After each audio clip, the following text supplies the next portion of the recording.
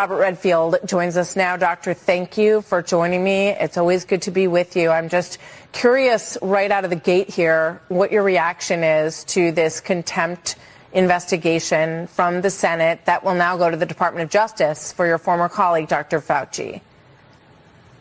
You know, Martha, my biggest view was I was very sad and very disappointed that Fauci didn't take the opportunity to tell the truth and explain to the American people the decisions that he made, because obviously one of those decisions was contrary to some of his statements as opposed to his diary.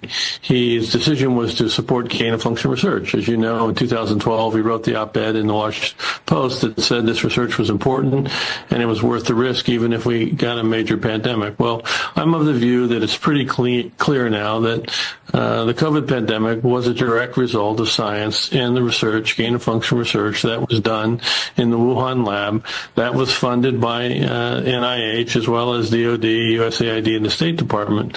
And we really need to resolve that because I'm of the view that we should not be doing that research. It's dangerous research. It has great potential to cause the next pandemic. I think we're at a risk for a next pandemic. I think it's going to be a bird flu pandemic.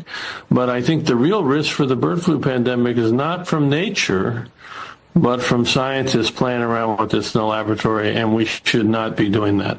So where is the U.S. still funding this kind of research in the lab? And it is just, I just want to put a pin on the point that you just made, because you are saying that you 100% believe that this virus that we all suffered through for years in emotional and physical ways came from the gain-of-function research within the lab. It was an engineered virus, correct?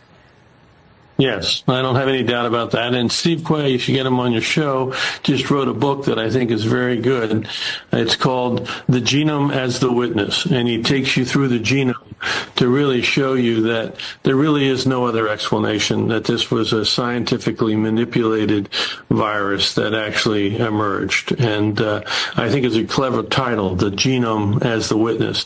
But it really is, I think there's no doubt about it. The intelligence community now agrees that the most likely explanation was it came from the lab. You know, unfortunately, we won't be able to definitively have all the answers without the Chinese cooperating, but I don't think there's any question this virus came from the lab. And it's significant. This kind of research is still going on. And yes. It's funded by U.S. dollars. Is that correct?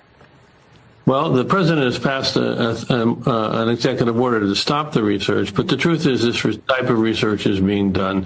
Part of the reason is the scientific community chose to change the definition.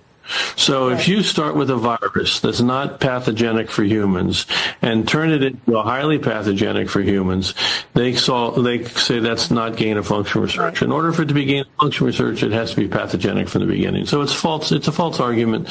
Very disappointing. We ought to move away from this type of research. It's dangerous. I'm a big supporter of Senator Paul on this issue. I'm sorry to jump in, but we got to go. Dr. Robert Redfield, it's always good to have you with us. And as you point out, this was an opportunity for Dr. Fauci. The Hippocratic Oath says first do no harm. Honesty is extremely important. And you have always been very honest about the science here, and we commend you for it. Doctor, thank you.